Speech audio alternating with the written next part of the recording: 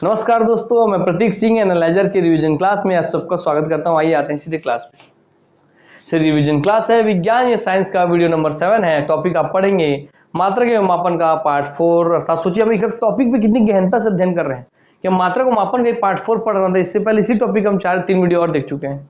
तो अगला हम सिर्फ ऑब्जेक्टिव वे में भी आप जुड़े रहेंगे ना, तो ऑब्जेक्टिव पढ़ा के भी आपका पूरा सिलेबस पढ़ा देंगे दोस्तों, हर एक सब्जेक्ट का। इसलिए आप जुड़े रहिए, बने रहिए एनालाइजर से, बहुत ज्यादा फायदा मिलेगा आपको। जो शुरू से लेकर लास्ट तक जुड़ के पढ़ेंगे ना, उनको इतना फायदा मिलने वाला है जिसका आप अंदाजा भी नहीं लगा पाएंगे। मगर वही है जो शुरू से लास्ट तक बैठे रहेंगे, जुड़े रहेंगे। इसलिए जुड़े रहिए। ये क्लासेस आपको सोमवार से शनिवार सुबह 11 बजे आपको मिलेगी हमारे यूट्यूब चैनल पर, बिल्कुल फ्री। इन सभी एग्जाम्स के लिए ही क्या, जिसमें भी आपको साइंस आता है सबके लिए फ्रूटफुल है। हाँ सर, आ जाते हैं क्वेश्चन पर। ताप के निम्नलिखित में से हर बार बताता हूं मैं, चलिए फिर बताता हूं कि टोटल 10 क्वेश्चन मैं आपको पढ़ाता हूं। 10 में से आपका सबका आंसर आप 1 का A, 2 का B, 3 का C करके देंगे। लास्ट में कमेंट करके बताएंगे 10 में से आपके कितने सही हुए। उसके आधार पर हम देखेंगे कि बच्चों का बहुत ज्यादा गलती हो रहा है, उनके बेस या आधार में कमजोरी है, तो हम उनकी तैयारी कराने के लिए कुछ और क्लासेस हम सोचेंगे लेके आए फ्री में, या कुछ और प्लानिंग हम करेंगे बिल्कुल फ्री और फ्री। मगर आपको फ्री में अगर और अपने ज्ञान के लिए कुछ चाहिए, अपने जीवन के लिए कुछ चाहिए, तो उसके लिए आपको कमेंट करना होगा, तभी हमको पता चलेगा कि किस स्तर के बच्चे हमारे यहाँ पढ़ रहे हैं ना। ठीक है, इसलिए कमेंट जरूर कीजिएगा। 10 में से अगर आपका 7 आ रहा है, सही होता है, तो आप सही स्थिति में, उससे कम आ रहा है तो आपको मेहनत की आवश्यकता है। ये हम क्वेश्चन पे आते हैं। ताप के निम्नलिखित में से किस पैमाने में ऋणात्मक मान नहीं होता है? सर ऋणात्मक मान नहीं होता है आपका सेल्सियस का, फ़ारेनहाइट का, केल्विन का, ह्यूमर का। आइए इस आंसर पे आते हैं। नहीं होता है सर केल्विन का। तो ताप के निम्नलिखित में से किस पैमाने में ऋणात्मक मान नहीं होता है? तो सर केल्विन में कोई ऋणात्मक मान नहीं होता है। ठीक, हाँ सर, इस बात का ध्यान रखेंगे। ठीक जी सर, आपका केल्विन सर वहाँ 0 डिग्री को ही आपके 273 मानते हैं, तो सर उससे 0 तो हो ही नहीं सकता। हाँ सर, चलिए 273। निम्न में से भूकंप मापी यंत्र कौन सा है? हाँ सर, भूकंप मापी यंत्र है सर आपका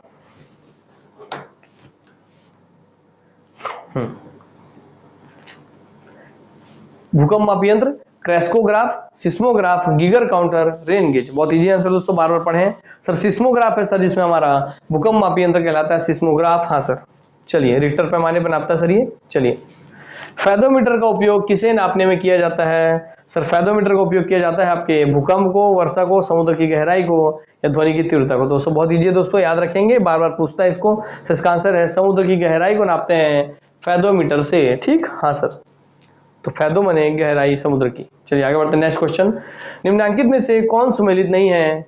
मैनोमीटर दाब, कार्बोरेटर आंतरिक दहन इंजन, कार्डियोग्राम हृदय गति, सिस्मोमीटर पृष्ठ तल की वक्रता। सही सुमेलित नहीं है, तो आंसर दोस्तों आपका सिस्मोमीटर पृष्ठ तल की वक्रता नहीं नापता है, बल्कि सिस्मोमीटर या सिस्मोग्राफ आपके भूकंप की तीव्रता को नापता है ना। हाँ सर, बाकी यहाँ से और क्वेश्चन मिल गया। कार्डियोग्राम आपका हृदय की गति नापता है, कार्बोरेटर आपके इंटरनल कंबसन इंजन में उपयोग होता है। हाँ सर, आपके गाड़ी के जो होते हैं पेट्रोल इंजन, उसमें उपयोग होता है। हाँ सर, तो सब में उपयोग होता है, सब गाड़ी में होता है जिसमें भी इंजन है। मैनोमीटर आपका दाब को नापता है। हाँ सर, चलिए आगे आप बढ़ते हैं दोस्तों।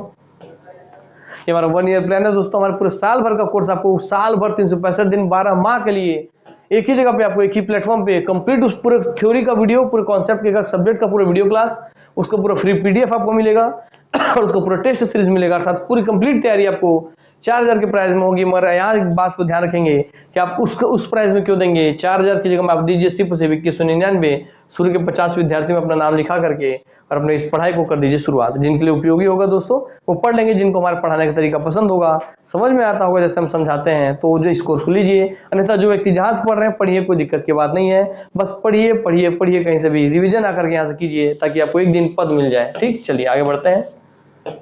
इंस्टॉलमेंट है 999 रुपए की दोस्तों। हाँ सर, 999 रुपए दे करके भी पीछे जिनका पैसे का दिक्कत है वो अपनी पढ़ाई की शुरुआत कर सकते हैं। हमारे पुराने स्टूडेंट को 999 रुपए में, शुरू के 50 स्टूडेंट को भी पूरा पीछे का कोर्स जो उतने महंगा था सिर्फ 999 रुपए में उपलब्ध हो जाएगा। तो पुराने स्टूडेंट के लिए तो सबसे बड़ा धमाका ऑफर है, तो वो उनका लाभ अधिक उठाएं, ये मैं जरूर बोलूंगा। जिनको और कोई जानकारी चाहिए व्हाट्सएप करके इस नंबर में आप कोई भी जानकारी ले सकते हैं। चलिए, बाकी जानकारी स्क्रीन पे थी ही। मैं आता हूँ सीधे क्वेश्चन पे। झूठ का पता लगाने वाला यंत्र किस नाम से जाना जाता है? अच्छा है बेटा, ये वाला ऐप ना आपके मोबाइल में नहीं है, नहीं तो आपकी गर्लफ्रेंड ये ऐप डाउनलोड करती है और पूछती है आप लोगों से, बताओ किससे बतिया रहे थे। सबके सब पति पत्नी, और लड़के लोग भी करके अपनी गर्लफ्रेंड से पूछते हैं, तो दोनों एक दूसरे को बहुत कुटान होता है, दे मारपीट दे चुंदी हटका हटकी हो जाता है। इसलिए ध्यान रखेंगे तो बच गए आप लोग। तो इसका नाम याद रखना बहुत अच्छे से। सर पॉलीग्राफ, पायरोमीटर, गायरोस्कोप या काइमोग्राफ। तो सर इसका आंसर आपका सर पॉलीग्राफ। तो पॉलीग्राफ मशीन जो है वो झूठ का पता लगाने वाली यंत्र है। इससे बचने का भी उपाय बता दूं। हाँ, बचने का उपाय ये है कि जब पॉलीग्राफ टेस्ट आपका अगर हो रहा है, उस समय अगर आपकी किसी बॉडी के अंग में कुछ संवेदनाएं बहुत तीव्र है, तो आपकी सभी रीडिंग लगभग एक जैसे हो जाएंगी। जैसे ही अगर आप झूठ बोलते हैं तो आपके दिन में पता चलता है, जैसे आप झूठ बोलते हैं तो आपके दिमाग से एक संकेत निकलता है, वही इलेक्ट्रिक सिग्नल है, पता है आपको न्यूरॉन्स के बीच, तो तीव्र हो जाती है कि हाँ झूठ बोला, तो वही पकड़ा जाता है उस पॉलीग्राफ मशीन में। मगर अगर आप सोचिए कि उसमें संवेदना क्या तीव्र करनी है, अगर आप पिन ले लिए, कांच ले लिए, कील ले लिए, और उसको अपने पैर के एड़ी में गड़ा कर रख लीजिए, वो हाथ में से गड़ा कर रख लीजिए, वो गड़ाएंगे ना तो वो जो चुभन आपको महसूस हो रही है ना, तो दिमाग का सिग्नल इस दर्द वाले सिग्नल को ज्यादा तीव्र कर देगा, तो आपके पॉलीग्राफ में पूरा ग्राफ एक जैसा आएगा कि हाँ व्यक्ति सब साफ आपको सच्चाई बता रहा है। ठीक, इसलिए अगर आपको बचना होगा पॉलीग्राफ टेस्ट से तो उसका ये उपाय था। वाह सर, मैंने आपकी गर्लफ्रेंड आपको नहीं कर पाएगी, आप झूठ बोलोगे तो अपने आप को कौन छेदेगा यार। ऐसा कर्म ही मत करो छेद आना पड़े, है ना, कि भाई आपको हाथ पर छेद रहे हो, पिन घुसा रहे हो, इतना कर्म क्यों करना है ऐसा कि पकड़ाओ। उससे अच्छा कर्म मत करो। इसका मतलब सर आप ऐसा कर्म नहीं करते, नहीं करता। दूसरी बात सर आप ऐसा कर्म नहीं करते, मगर ये तो बात है कि आपकी गर्लफ्रेंड है तभी तो आप बोल रहे हो कर्म नहीं करता। अरे गर्लफ्रेंड परफ्रेंड मैटर थोड़ी होता है यार, शादी ब्याह की उम्र है यार, शादी वादी करवाओ, रिश्ता उस्ता लगवाओ, है कहाँ लगे हो तुम। चलो, साधारण यंत्र किसी व्यक्ति की सहायता करता है कम काम करने में कम बल का प्रयोग करके। मतलब मंत्र कोई मशीन का उपयोग क्या है, 3D वाला देखे थे। हाँ sir, chain up down up down up down, वहां बताया था इसका परिभाषा। तो कम काम करने में कम बल का प्रयोग करके भी उतनी ही मात्रा में काम करने में, उतनी ही कम मात्रा में काम धीरे धीरे करने में, या उतनी ही मात्रा में काम अधिक तेजी से करने में। तो इसका आंसर दोस्तों आपका कम बल का प्रयोग करके भी उतनी ही मात्रा में काम करने में, है ना। हाँ सर, तो जो भी चीज ऐसा होगा वो मशीन होगा। मान लीजिए कि रिमोट को उठाने के लिए मेरे को 5 किलो का 5 न्यूटन का ताकत लगाना पड़ा। हाँ सर, अब मैं चाह रहा हूँ केवल 1 न्यूटन से उठ जाता हूँ, क्या करूँगा, यहाँ पे सर आपका गियर मैकेनिज्म लगाया और इसको ऐसे लीवर बना दिया। मैं लीवर में केवल 1 न्यूटन लगा रहा हूँ, ये अपने आप ऊपर उठ जा रहा है। तो हाँ सर, 1 न्यूटन से 5 न्यूटन का बल का आप काम कर दिया और काम उतना ही ले लिया आप। तो वही चीज दिया ना कि काम बल कम बल का प्रयोग किया, 5 की जगह 1 न्यूटन का प्रयोग किया। हाँ सर, तो कम बल का प्रयोग किया, 5 न्यूटन की जगह 1 न्यूटन का, और उतनी ही मात्रा में काम लिया, उतनी ही हाइट पे उठा दिया। तो हाँ सर, सेम हाइट पे। तो आपको याद रहेगा इस बात से। चलिए आइए, एक व्यक्ति एक संवेदनशील या सेंसिटिव तराजू पर खड़ा है, यदि वह गहरी सांस अंदर लेता है तो तराजू की रीडिंग क्या होगी। सोचिए, बहुत सेंसिटिव, मतलब तराजू पर एकदम हर चीज को सेंस कर लेता है। अब व्यक्ति तराजू खड़ा हो गया और सांस ले रहा और हवा उसको फेफड़े में भर गया, तो बताइए उसका वजन क्या होगा।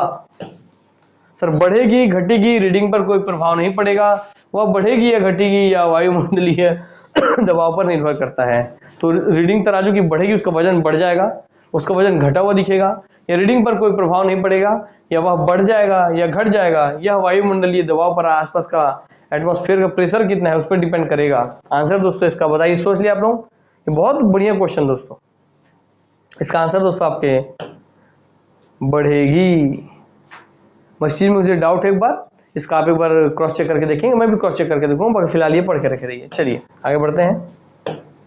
प्रक्षालन मशीन की कार्य प्रणाली का सिद्धांत है अपकेंद्रीकरण, अपोहन, प्रतिकरण, प्रतिक्रम परासरण या विसरण। ठीक, हाँ सर। तो प्रक्षालन मशीन की कार्य प्रणाली का सिद्धांत क्या है, तो है सर आपका अपकेंद्रीकरण। ठीक, हाँ सर। अपकेंद्रीकरण मतलब आपका सेंट्रीफ्यूगल फोर्स। ठीक, हाँ सर। अभिकेंद्री मतलब मान लीजिए कि आपको बता देता हूँ, अपकेंद्री अभिकेंद्री थोड़ा सा बता दूं। आइए, मान लीजिए रुमाल है आपका। ठीक, हाँ सर। इस रुमाल में मैं यहाँ पे सर इस चाबी को बांध दिया। ठीक, चाबी को मैं सब बांध दिया। चलिए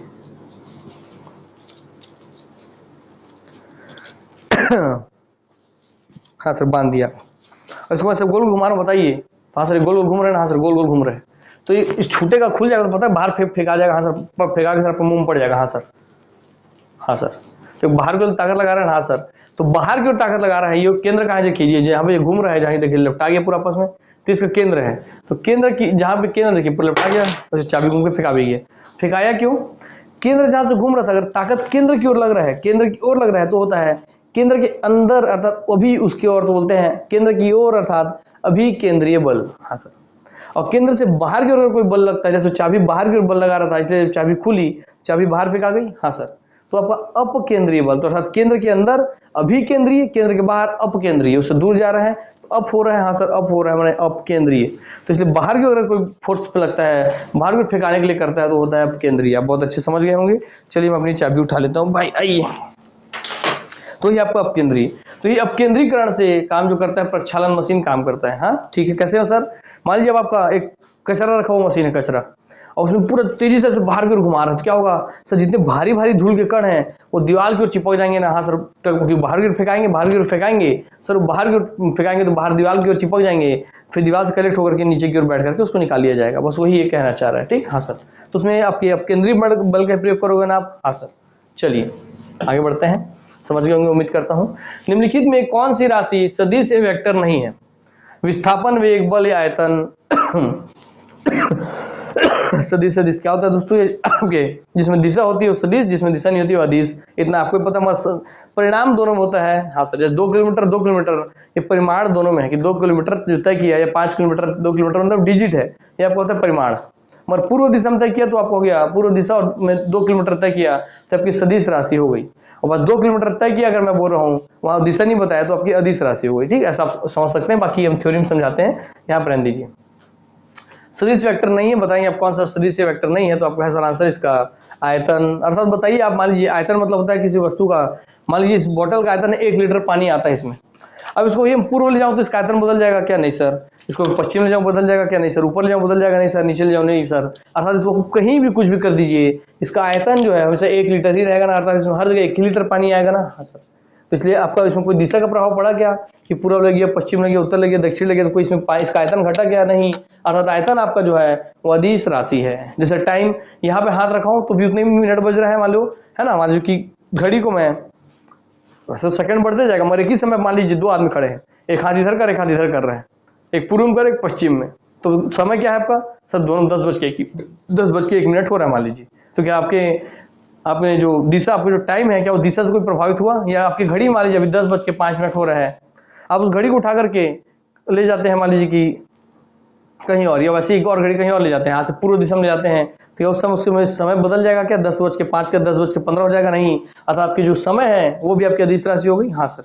आप समझ रहे हैं कि अदिश राशि क्या है? जिसमें आपकी दिशा का कोई प्रभाव नहीं पड़ता, जैसे आयतन, जैसे उसका समय, हाँ सर। बस हल्का समझ गए होंगे। आइए आगे बढ़ते हैं, बाकी हम थ्योरी में समझाते हैं दोस्तों। आगे क्वेश्चन पे आते हैं, लास्ट क्वेश्चन है, फिर आप कमेंट करके बताएंगे आपकी क्या स्थिति है।